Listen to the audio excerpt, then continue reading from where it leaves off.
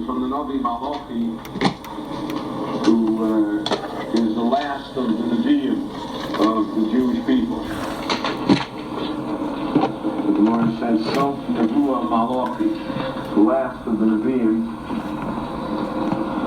is the Navi Malachi. Malachi lived at the time of the rebuilding of the Second Temple, when the Jewish people came back from Bovel and began the rebuilding of the Second Temple of the Second Commonwealth. He was one of the Nevi'im. There were three Nevi'im at one time, Haggai, Zechariah, Malachi, and he was the final one. It's a matter of opinion in the rabbis, in the Gemara, as to who Malachi really was. There's an opinion that the Talmud mentions that he is Mordechai, the famous Mordechai from the fame of Megillah Esther. And there's an opinion in the rabbis that he is Ezra.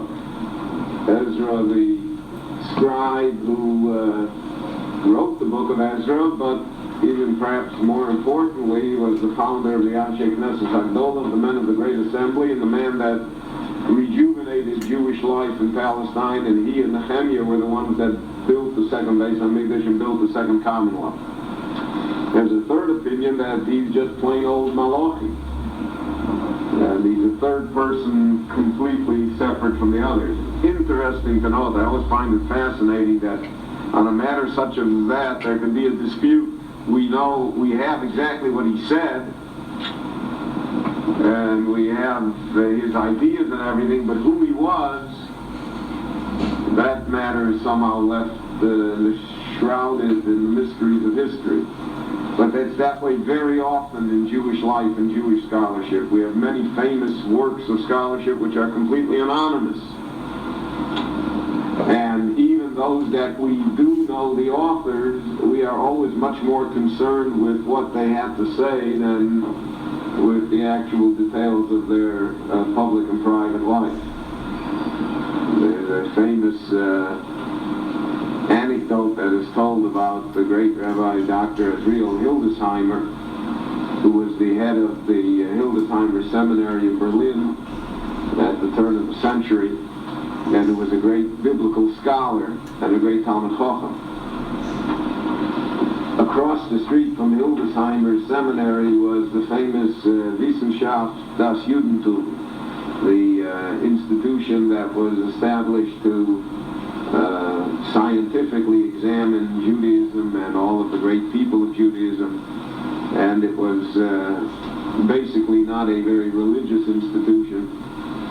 It was catered to the Reform viewpoint of Judaism, and once Hildesheimer was interviewed and was asked what does he see as the basic difference between his institution, which is on one side of the street, and the other institution, which was on the other side of the street. He said, after all, they are both scholarly and they're both devoted to Jewish knowledge, and what's the difference? So he said that if you want to know what Rashi said, then you have to come by me. If you want to know what color shirt Rashi wore, then you have to go across the street. An overstatement, but it's a clear understanding of where he was coming from, at least, and what he intended to do. So we find that even dealing with prophets, not just dealing with ordinary mortals, that a matter as to who was the prophet is also somehow not as important to us as what the prophet said.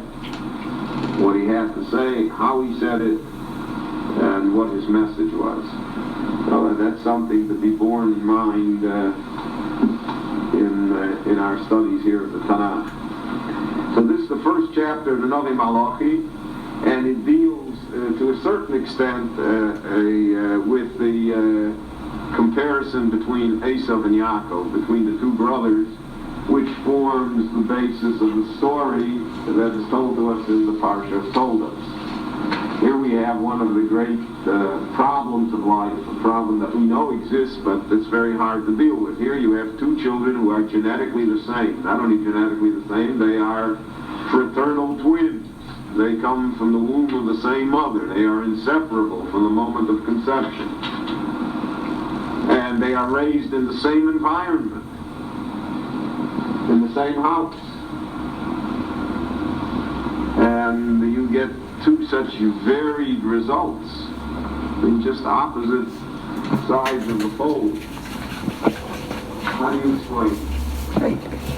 The answer is we don't explain it. We just don't know. It's an element of personality within each and every human being, and also an element of free choice.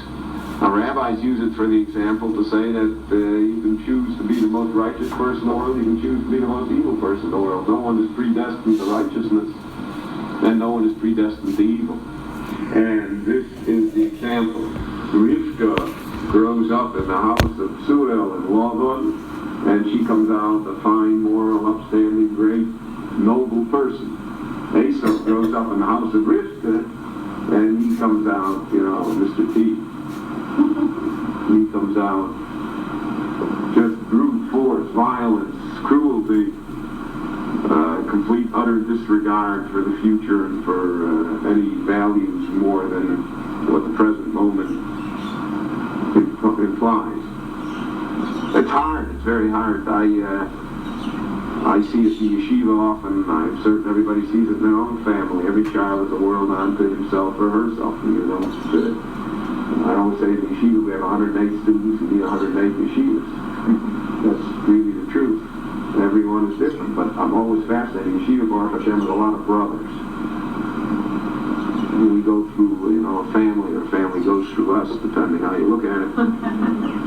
And the brothers are all different. They are just all different. And it's an amazing thing. And sometimes you have a brother that comes in and announces to you beforehand. He says, I am not my brother. That usually is the case if the brother was a superior student. So he wants to put you on notice that you shouldn't hold him to that standard. But it is one of the inexplicable things in life. And educational psychologists have poured out a lot of ink on this matter. So we really don't quite understand the dynamics of it. We just know that is what happens. That's how people are. And that's why it's senseless, according to Jewish viewpoint, in terms of parenting, it's senseless for parents to take on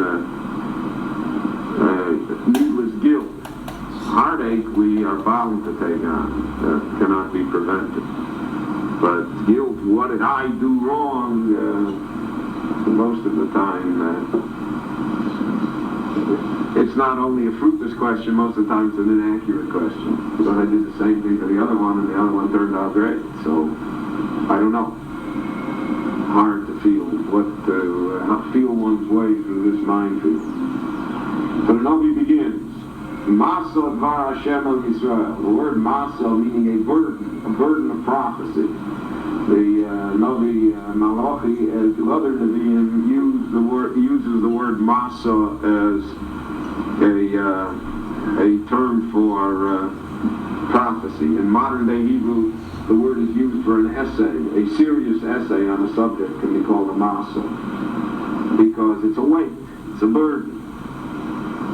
Prophecy was not a light matter. It was not something that was frivolous. It was always a burden. It was something that was heavy. So this was the burden of prophecy to Israel beyond Malachi, through Malachi. God says, now the style of Malachi, we have seen that every prophet has his own style, or her own style, and prophet is Torah, etc. So everyone has their own style. The style here is always a dialogue between God and Israel. The Navi quotes both, back and forth. So he begins by quoting God. Ahavti eschem amar Hashem. God says, I love you. Easily said, right? If you love me, then how come you're such an awful person to me? Why doesn't it work? Martin, so the Jewish people said back, how do you love us? Where do we see your love?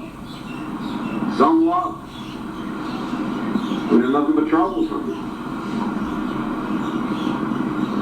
So God answered. Again, only Jews could structure such a conversation. You know, in the non-Jewish world, everybody walks around and says, God loves you.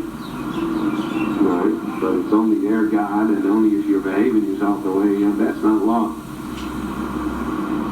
If you love somebody only when they're good, so then that's not love. Love is being able to put up with the idiosyncrasies and failings and sometimes badness of the other person. That's love. And so in Ribono Shalom, our definition of love is that the Ribono Shalom has an abiding love for Israel. No matter what we do, you know, God still loves us. And it works vice versa. No matter what God does, we still love God. Again, our generation is an example of it. I always have that feeling that, you know, there still are Jews in the world. There still are Jews that are loyal to Torah. There still are Jews that care about God. So that's an expression of love, right? Because it's very easy to walk away from it.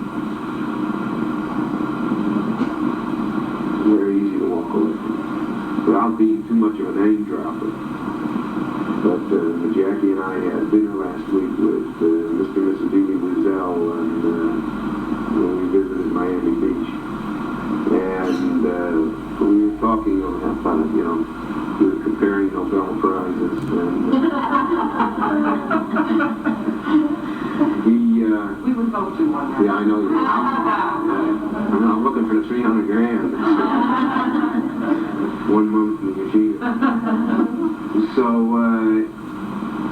I'm always struck, I mean, I'm sure you were also struck, the man got up in front of the whole world, he put on a yarmulke, and he made a bracha, and he told me that they had not just kosher food for the dinner in his honor, but that he made them bring the kosher food from Jerusalem. He could have gotten kosher catering from Copenhagen. But he made him bring it from Jerusalem so that would also be present, and the king of Norway sat and ate kosher. I mean, that isn't that they gave him the fruit plate and everybody else it's a hunger fest. Right? Everybody ate kosher, right? They wanted to eat kosher. So I thought, here's a man that he's a graduate of Auschwitz University, right? Magna cum laude. And there would be no kasha on me, you know, if he didn't put on the yarmulke. If he didn't eat kosher. I don't agree with it, but it's not against, it's understandable in the framework of things. And yet, that's not the situation. And he can do anything in the world, right? I mean, Isaac Bashevis Singer didn't eat kosher. He can do anything in the world he wants to. And he chooses to do this, so then that's an expression of love of the Ribono Shalom. That even though, there's a lot of even though, and that really is a pasuk in the book of Eov. Eov says the Ribono Shalom, Ein yaktileni lo ayachel. Even when you kill me, God, I hope onto you. You're not going to shake me. And after they have the whole debate and the whole 42 chapters there and they're arguing back and forth, at the end, you know, God says, okay, you know, I can't explain it to you. And Eov says, okay, can't explain it. So we have the relationship is somehow rebuilt. How? What? How do we explain what happened? The answer is that we don't explain it, but somehow the relationship of love between God and man is such that it can withstand even these most terrible of circumstances and events. That's true in a person's private life, and that's true in the Jewish people's national life. So therefore, the Jewish people said to God, how did you love us? Where do you see your love? So God answers, listen, you had a brother Esav. Esav is easier to love than Yaakov. Esav's got more on the ball. Esav's a champion of the world. And you see that Yitzchak loved Esav. And God says, and I chose to love you, but not to love Esau. I always am reminded of the couplet by the poet, how odd of God to choose the Jews,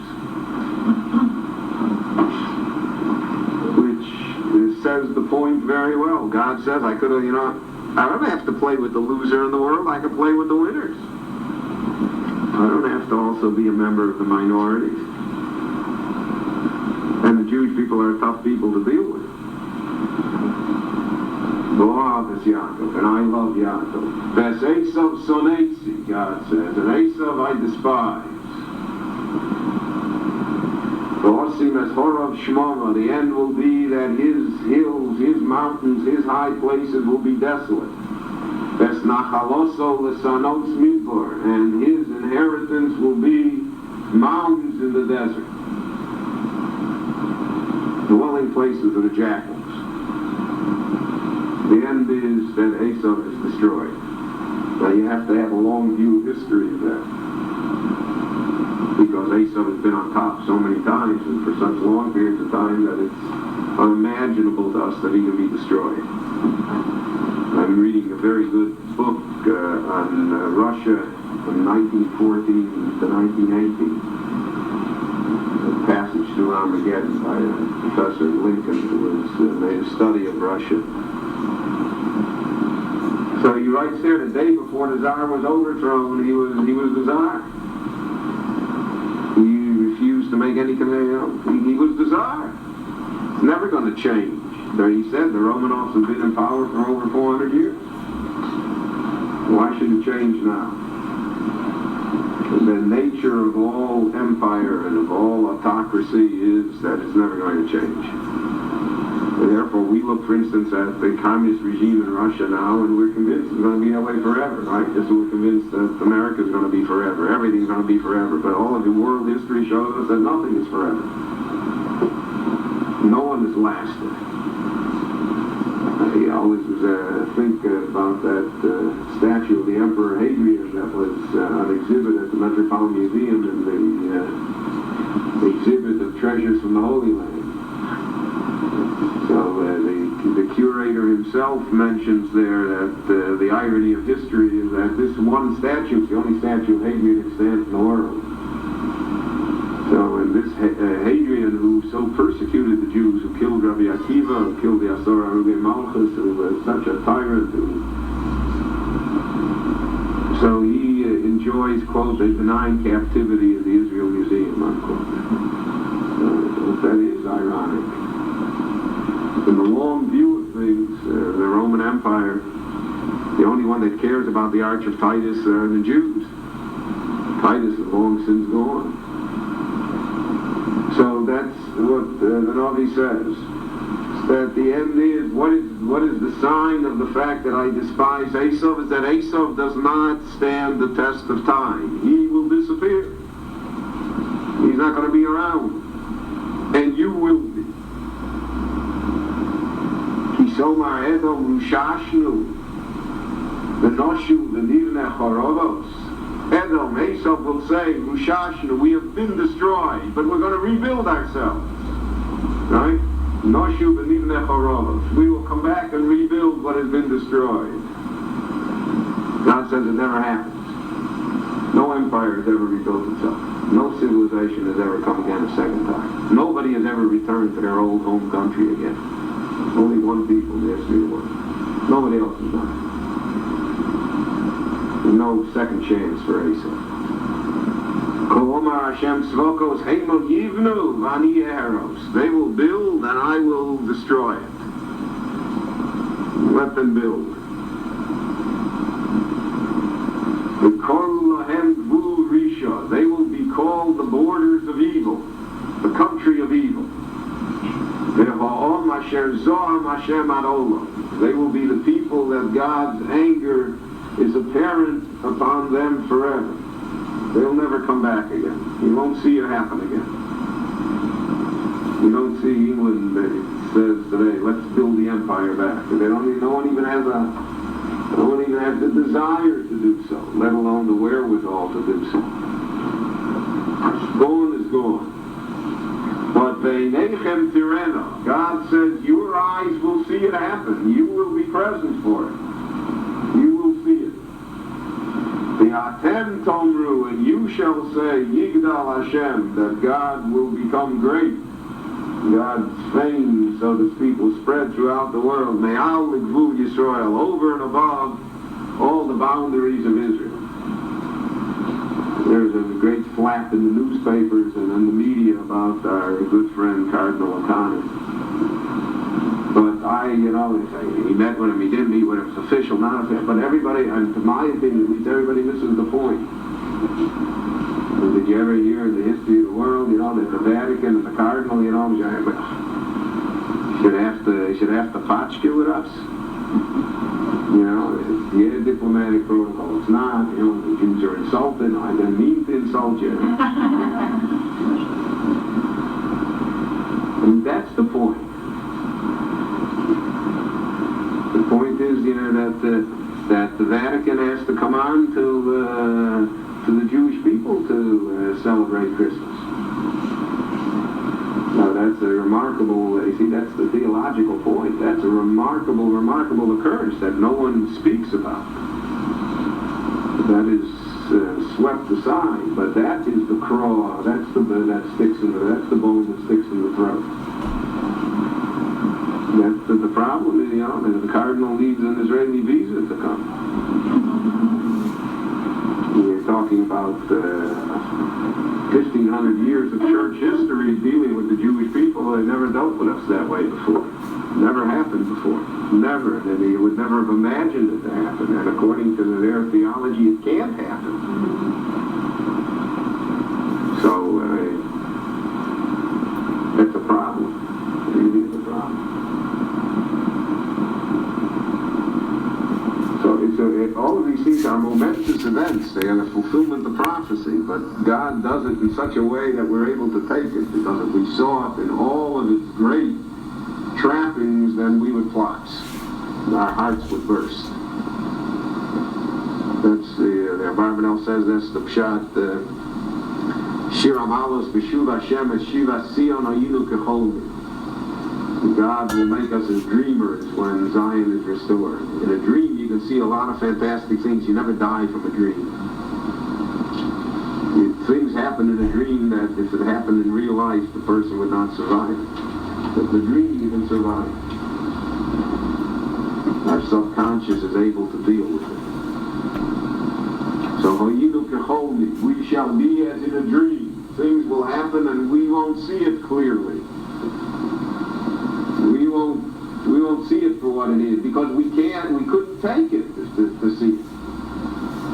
It would just be, it's too much to bear. So therefore God does it this way.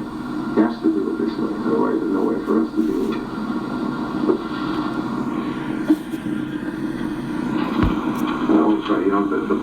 The Pope goes to Poland with less furor than the Cardinal of New York goes to Jerusalem. Communism, somehow they all straighten it out. It's not a problem. Here, everything's a problem. Now God says to us, Bein Yechaberov, a son is supposed to give honor to his father. Ve'eved Adonov, and a servant to his master. Now these imageries are used throughout the Tanakh, and we use them in davening. That's the relationship of God to the Jewish people. The relationship is either as a master to a servant or as a parent to a child. And we say that in the davening of Rosh Hashanah, right? Hayom hara salom, hayom yamid b'mishpat kol yitzur alonim im kevonim im ka'avodim.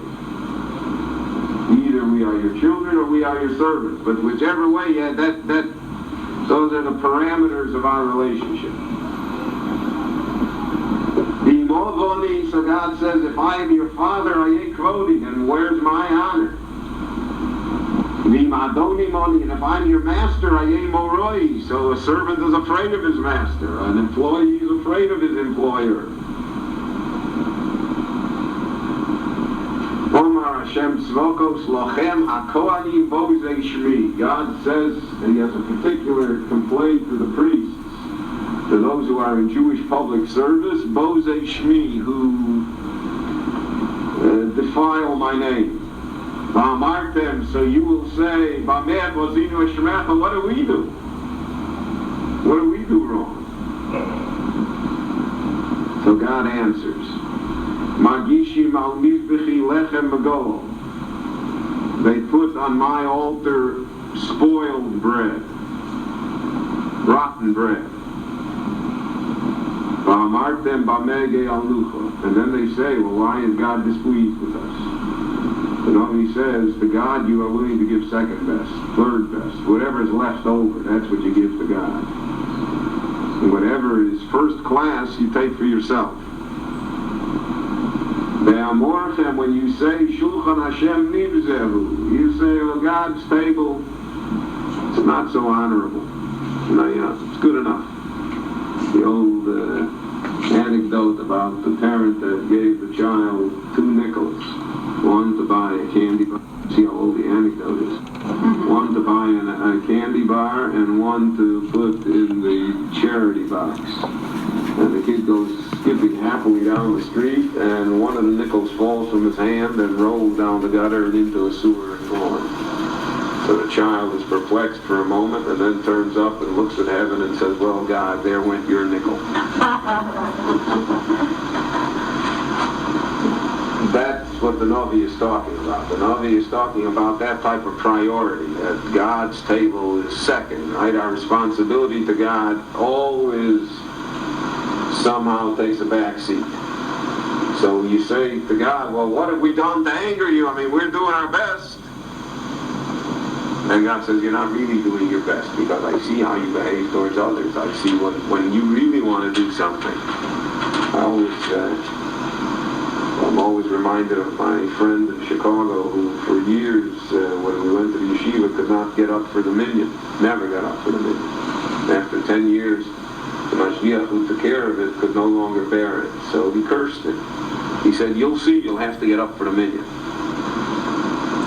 And what happened is that the guy married the daughter of the largest wholesale vegetable dealer on the Chicago produce market. So then he took him into business, so the guy's up 3:30 every morning. But by 6 o'clock it's all sold out, so you got to be at the produce market by 4. So whenever I see him in Rice, he comes up to me and says, you know, Mashiach cursed me. But he said, you know, it's true, you know, you can't get up. Rabbi, I can't get up. But you'll see, you know, if you're in a business, if you're in something that you have to get up, you'd be surprised what you can get up. You can get up your whole life, you get up 3:30 in the morning. So that's the idea that the Navi advances here. Magishim al mizbechi lechem magolo. Right? They give this kind of bread. The chisagishim iver lisboach ein ra. If you send up a priest who is blind, who is maimed, nothing wrong. The chisagishu piseach v'chol ein ra. And if you send up someone who is crippled or ill, there's nothing wrong. And the Navi, in effect, is saying the old Jewish problem that a person that is not successful in any other field of endeavor will put him into the Jewish field of endeavor, right? He can be the Jewish public servant. If he has any talent, he should be a doctor, a lawyer, you know, an accountant, a businessman, something. But if he's bring him to the Pasha, bring him to your emperor. Try and pull that stunt, you know, and go to the White House that way. Dressed that way, behaving that way. Hayirtzecha, will he like it? Will the officer of the watch feel honored? Oh, Ayiso Ponecha Amar Hashem Tzvokos, will he show you honor? Will he show you respect with that attitude?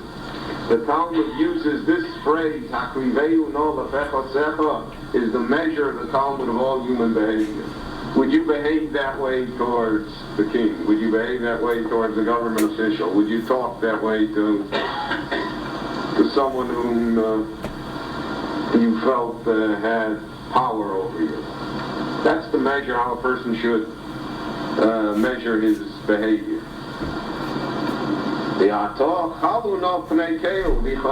So the Navi says, come, ask God for forgiveness. That God will have mercy upon us. If from your hands this is what you give, you come to somebody's house and you give them a half-started bottle of wine. So it would be better.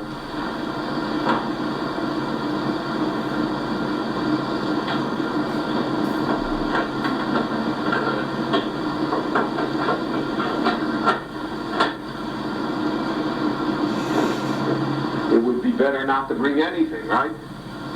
People feel that would be an insult, right? You give them a half-started box of candy. So that's what the Navi says.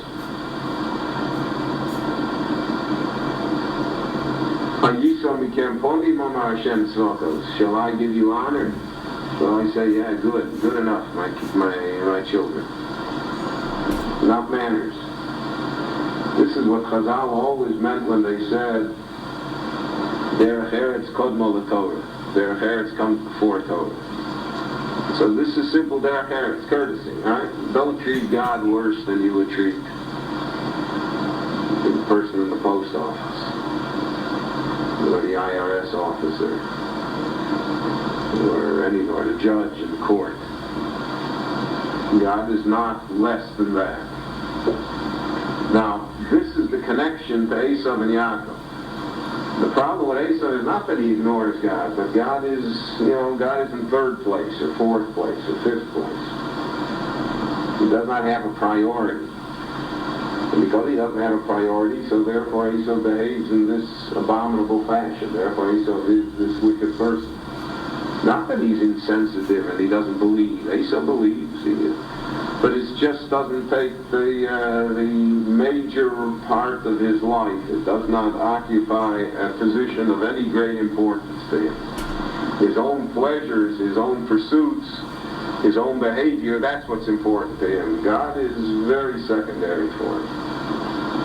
And that's the comparison of Yaakov and Esav. That's why the Navi dwells on it. That's the connection to the Parsha of Toldos. Esav, the example is that Esav sells his birthright for a bowl of cereal, or stew, or chili, or whatever. What does that mean? It means that he's not willing to sacrifice this much. He's not willing to go hungry for another hour. Right? So he's ready to give everything up, right? As long as he has what to eat. As long as he has right now. And that's the effect of Esav throughout. Sure, he would like, when he comes to Yitzchak, he wants to be blessed. Give me also a blessing. I also want to be a righteous person. But he doesn't want to pay the price. He's just unwilling to pay the price. And that's the idea that the Navi emphasizes here. God says, who among you would have the nerve, the honesty at least, to close the doors to the Beis HaMikdash? Who asks you to come? Who needs you? Don't do me any favors, God says.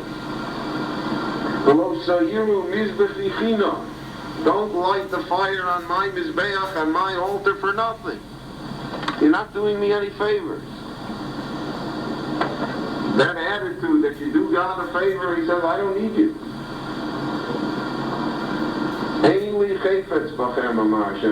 I have no desire to have you under those circumstances. And I will not accept any gifts from you. You're not doing me a favor. I don't need you. God here, in the words of the Navi, God says, it's too bad, he says, about the Goyim, because the Goyim really know how to serve God. They don't, but they know how to do it.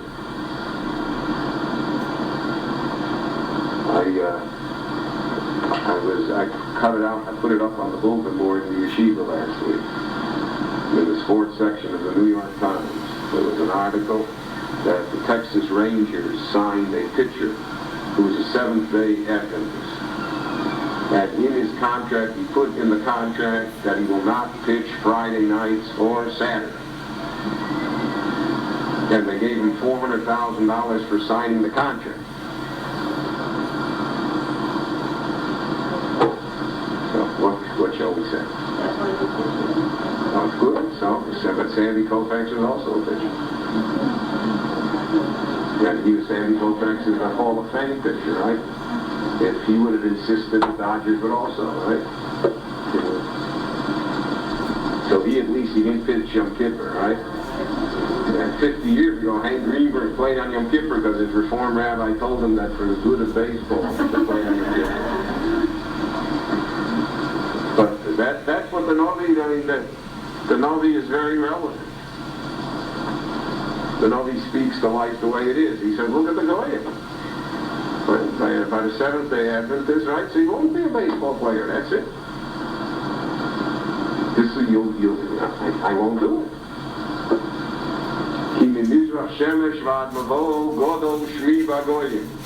From the east of the sun, where the sun begins until it sets in the west, he said, I have a big name among the Goyim. The whole Mokom, everywhere in the world, Muktor Mugosh Lishmi. There is incense and there are offerings given over to me. Mincha Tahora, the best flour, the best of everything is offered. The Sistine Chapel's got a lot of gold in it. Best. Kigodo Shmi Bagoyim Omar Hashem Tzvakos. I have a big name by the Goyim. They haven't got staying power. But the prophet Yonah tells God that that's why he didn't want to go to Nineveh, because he knows if he goes to Nineveh, the Goyim will do tshuva, the Goyim will repent. It's easier to deal with the Goyim. I always used to say the best of all worlds is, an Orthodox rabbi with a non-Jewish congregation.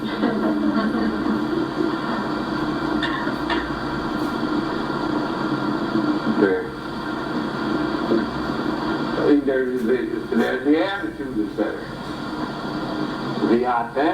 But as for you, Machalavim also, you desecrate my name. You walk around with my name called upon you, and you behave in a fashion that desecrates my name. God is stuck with us, right? We're wearing his uniform. Ve'amorchem, you say, Shulchan Hashem Magolohu. God's table, despicable. What are you talking about? What? The Nivo Nivze Ochlo. When you speak out and say whatever God gives us to eat, it's not good. That's not right. It's not what we're looking for. So you cheapen me, and they enhance me. You say it's not good, they say it's great. So God says, how can you not suffer by comparison? V'amartem, and you say, Hine maklov, v'pachtem oso. Behold, I will inflate it, we will build it, we'll make it good, we will strive to improve it. And then what do? V'avesem gozu, you bring to my mizbeach stolen goods. Mitzvah bo b'dei aveira, the Gemara discusses. A person steals an asterisk and he comes to shul. That happens. A person steals money, he gives charity. He's doing God a favor. Many times he is honored thereby. It's very hard. I want to tell you, I'm in the business. Very hard. I don't say about anybody. If the mafia came over to me and said, here's $500,000. We have to get rid of it. Here, take it. I would think about it. I hope I would say no, but I am no longer in the position of saying that I wouldn't even think about it. I was once in the position where I would say I wouldn't even think about it. And that's what happened. So you bring to my mizbeach stolen goods. That's apiseach, what is crippled. That's achole, what is sick. And you bring it as a gift. And I'm supposed to smile and say, good. So God says, do I desire that? Do I say, okay, I accept it? You don't want to have a false God. I mean, that God doesn't appreciate that.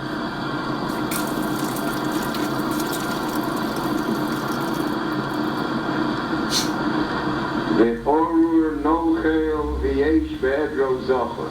Famous pasuk. Cursed is the man, nochel, who brings a cripple, and he has in his sheep pen a beautiful sheep that he could have brought.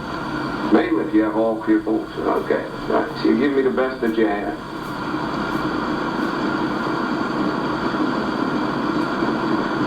I don't want to get into my tuition speech, but that's also part of it, right? There's nothing left for you. By the time the person is done spending all the money that one has to spend on oneself, so it's true, there's nothing left for you.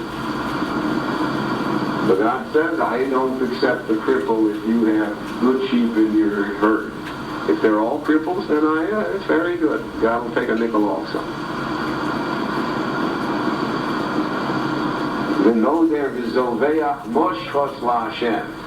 And he pledges and gives moshchos, what is destroyed, to the Rabboni Shalom. That's what he gives to God. God says that's unacceptable to me. That's Esau. That's why I despise Esau, because he treats me that way. Ki melech godol ani, Omar Hashem Tzvokos. I am, after all, a great king, that the pasuk is said with irony. Right? I'm at least President Reagan. Ushmi Nora Bagoyim. And among the nations of the world, my name is awesome. I have a reputation. That is succinctly put the problem that the Navi addresses. And it need not be addressed only physically. It's an attitude to life, an attitude towards everything. I mentioned getting up in the morning to the minyan, coming late to davening, an attitude towards davening, an attitude towards one's children, an attitude towards what is important in life. Those are the attitudes. So if God is second best, I applied for a certain financial arrangement that I have to go through.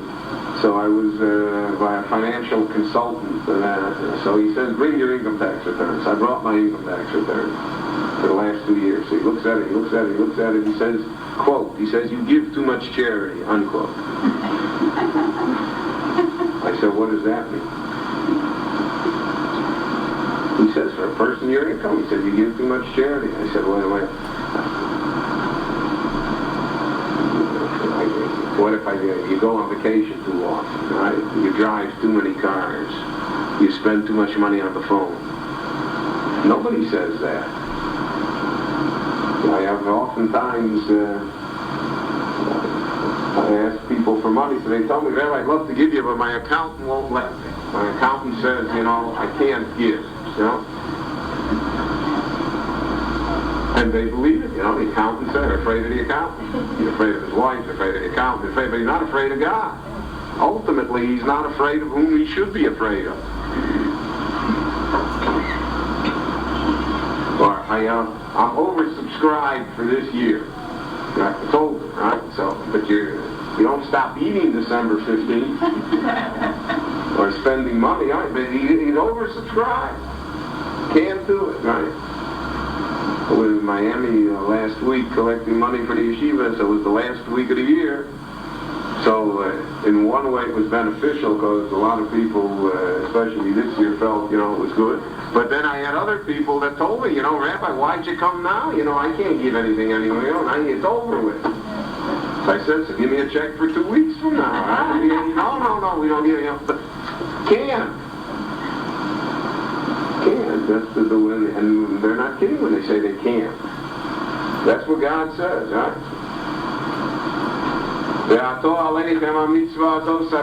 Therefore, I want to tell it to you straight, God says, to the Kohanim, because the God's wrath is upon the Jewish leaders because they are supposed to be the example. They're supposed to be the role models. That's the way it's supposed to look. Right? President Nixon's income tax returns were revealed, And it showed that he gave on an income of $400,000, he gave $400 charity. So that, that undid him by a large percentage of the American people. That's terrible. Terrible. A person who is a leader is supposed to be a leader.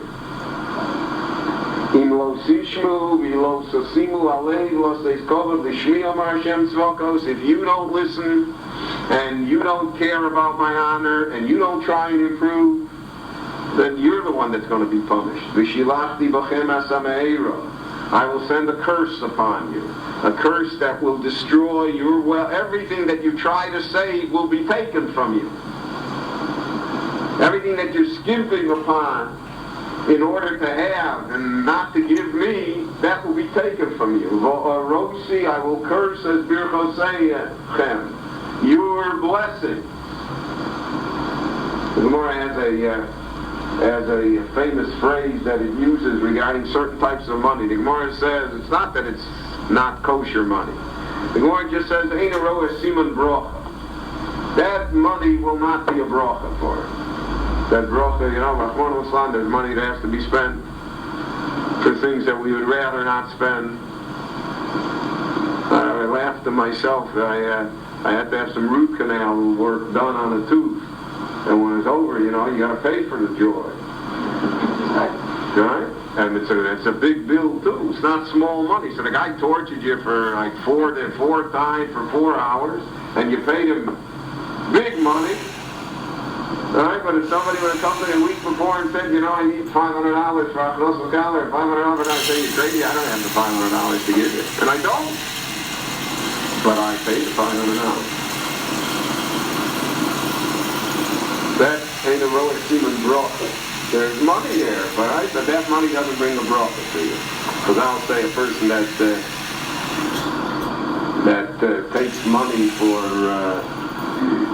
public Jewish service, not that that's his regular employ, but that he takes money for doing something. So the Gemara says it's legal. There's no question it's legal. But the Gemara says ain't a roa siman brocha. That's why rabbis never become wealthy. And that's why the system always was that, until the 14th century, the system was that nobody was ever paid. All of these were voluntary jobs. But the goal is such that it was unable to maintain itself that way. I will see to it that it is cursed, because you don't get it. You don't put it on your heart. You're not sensitive to what I'm saying. So I will see to it that what you plant will grow wild, not the way you expect it. There's a risi perish al pneichem, and I will sprinkle your face with dung, the Navi says. Perish chageichem, the dung of your sacrifices. And also eschem elo, and that you will have to carry it. You'll have to bear it. Then you will know that God gave you this mitzvah. You have the opportunity to serve me. If you want to serve me, then it's the greatest of all lives. If you don't want to serve me, then it will turn out to be a disaster. You will not escape.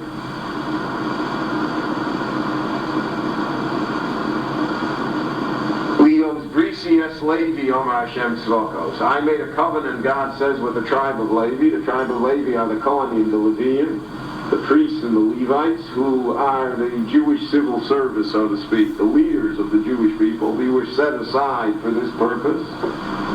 I have set you aside to serve me. You want to serve me? You want to behave yourself? You want to do it correctly? Good. Otherwise, then just the opposite will happen.